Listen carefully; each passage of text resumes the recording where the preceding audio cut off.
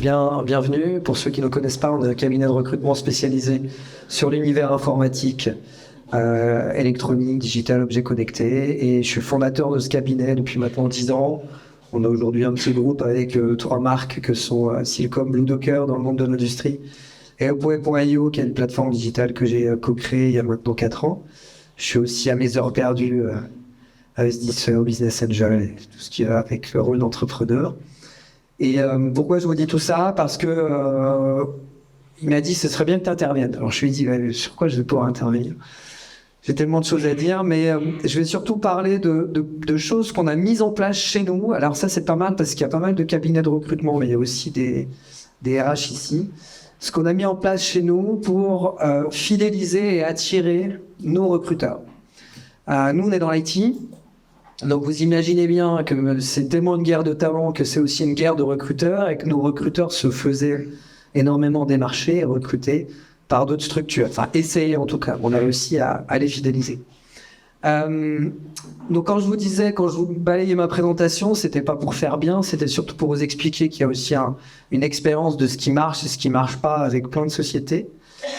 Et on a tous entendu parler des valeurs. Toutes les sociétés, d'ailleurs tous ceux qui vendent de la marque employeur, il faut définir des valeurs. Bon, c'est très bien, on le fait une fois, on essaie de le faire vivre et c'est compliqué. Mais nous, on est allé encore un peu plus loin. C'est-à-dire qu'on a défini les valeurs, je vous donne, qui sont la bienveillance, la qualité et la méritocratie. Là, vous rigolez tous parce qu'on a tous ces valeurs. Mais nous, on est allé un peu plus loin. Et c'est ça que je vais vous présenter aujourd'hui. C'est ça qui nous a permis, et je tease le truc, d'augmenter 30% nos candidatures en interne.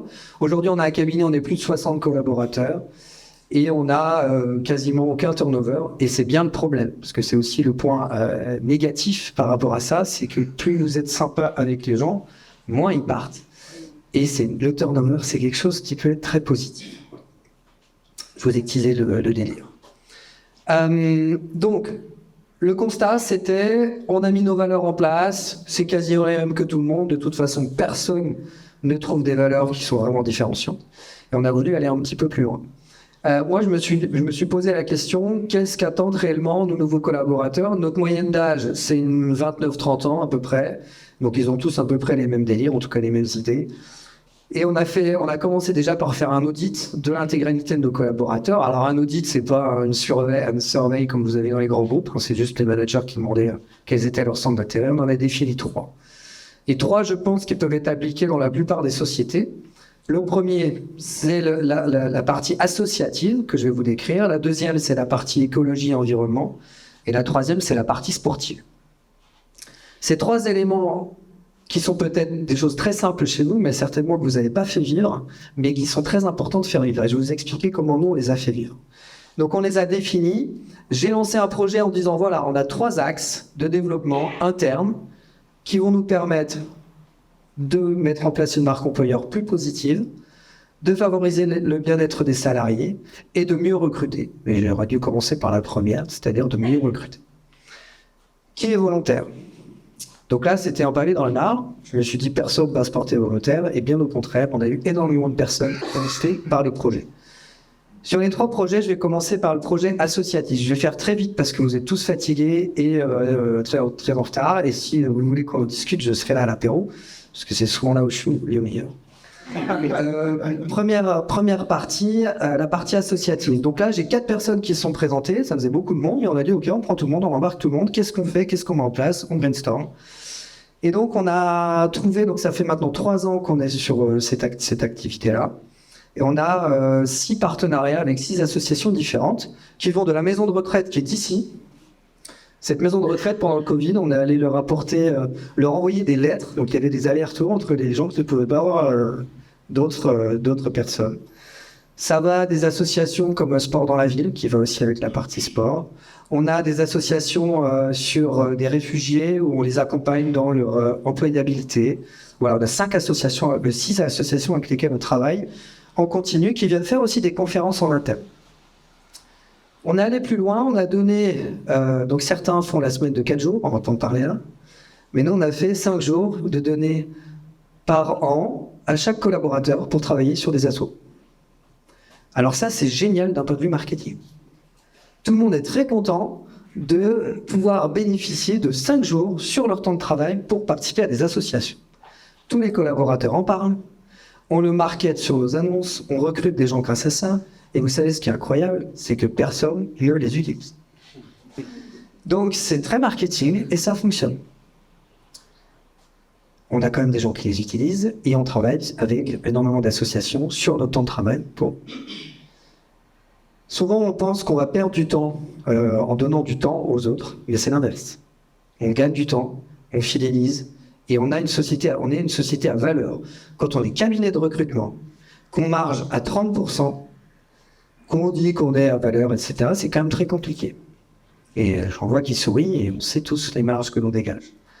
Donc quand vous dites, OK, on fait de la marge, on sait pourquoi on fait de la marge, on fait de la qualité, etc., et qu'en plus, on a des actions associatives, ça fonctionne.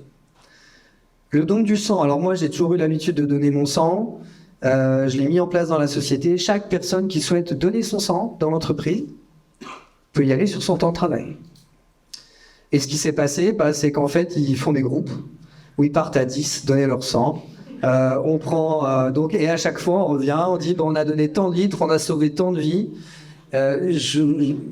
C'était assez dingue ça, parce que moi j'étais tout seul à donner mon sang. Le premier coup on y allait à 3 et on s'est retrouvé le dernier coup à 15 collaborateurs à donner notre sang. On était dans la salle de la mairie du 6e arrondissement et il n'y avait que nous dans la salle. Et les gens nous ont dit mais c'est incroyable, une société où il n'y a que nous dans la salle. Donc ça fonctionne. Voilà, donc on est là pour faire, effectivement, on est des patrons, on est là pour faire du bénéfice, mais on a un poids important à donner pour permettre à des gens de vivre, puisque don du sens, ça permet de faire vivre les gens, mais c'est pas que du marketing. Je pense qu'il faut qu'on donne du sens à notre travail, qui n'est pas seulement de trouver les candidats. Voilà, bon, je vous en passe, je ne fais pas la définition de ce que ça donne au niveau de la marque employeur, mais ça ne peut pas être négatif. Voilà pour la partie associative. Deuxième partie, la partie environnement. Alors ça, c'est la partie, moi, qui me fait toujours très rigoler, pourtant je suis très proche. J'investis quasiment exclusivement dans des sociétés qui limitent leur gaz à effet de serre. Et donc j'ai voulu le mettre en place dans l'entreprise. Bon, quand on a une société de services très bureau, c'est compliqué de diminuer ces gaz à effet de serre, mais on y arrive. Ce qu'on a mis en place, et c'est ça que je vous invite à le faire, c'est faire venir des associations spécialisées dans le zéro déchet. Vous en avez plein, voilà, donner des conférences en interne. Donc ça, on l'a eu. On a fait 2 ou 3 conférences en interne où les gens venaient. Et honnêtement, je pense que l'impact est quasi nul pour les collaborateurs, bizarrement. Mais en tout cas, d'un point de vue marque employeur, appartenance, ça a vraiment développé des éléments très positifs pour l'entreprise. On a quand même réduit les déchets, on a créé une recyclerie, on a créé plein d'environnements écologiques qui me semblent très intéressants et très impactants pour l'entreprise. Et ça développe encore une fois ce souci d'appartenance. Toute cette nouvelle génération qui par rapport à... Alors moi j'ai 40 ans l'année prochaine, mais quand je suis dans une entreprise, je veux appartenir à l'entreprise. On sent que c'est moins le cas pour cette nouvelle génération. Mais quand vous mettez ce genre de choses-là en place, ça fonctionne. Je dis que je suis assez dubitatif par rapport à l'environnement parce que vous êtes dans nos nouveaux locaux qui font 1500 mètres carrés. On était il y a 2 ans dans des locaux où il y avait 250 mètres carrés avec une place de parking qui était dédiée à la voiture de l'entreprise, puisqu'on n'en avait qu'une. Et on est arrivé là, j'ai dit allez, on va prendre 30 places de parking, mais de toute façon, ils viennent en vélo ou en transport en commun, ils n'utiliseront pas les places de parking. Et ben, vous savez quoi, toutes les places de parking sont prises. Donc ça veut dire que les gens viennent en voiture et que finalement, cette conscience environnementale, elle est là que quand on est contraint. Bref, je lance un pavé dans la mare. Un bruit de France que vous avez. Troisième élément, qui est un élément qui a été souhaité par l'entreprise et moi qui m'allait bien parce que j'ai un passé de sportif, c'est la partie sport. Alors ça, vous avez une grosse frange quand même de la population qui est intéressée par le sport. Si vous avez Instagram, et ben vous avez vu que des gens qui sont plutôt pas trop mal. Donc en règle générale, c'est sur la fond du sport. Et donc la plupart, moi, de mes jeunes, arrivaient tous au bureau avec le sac Basic Fit. Bon, peut-être qu'ils avaient juste été inscrits à Basic Fit et ils avaient le sac. Voilà. Donc je me suis dit, il y a un truc à faire dans le sport.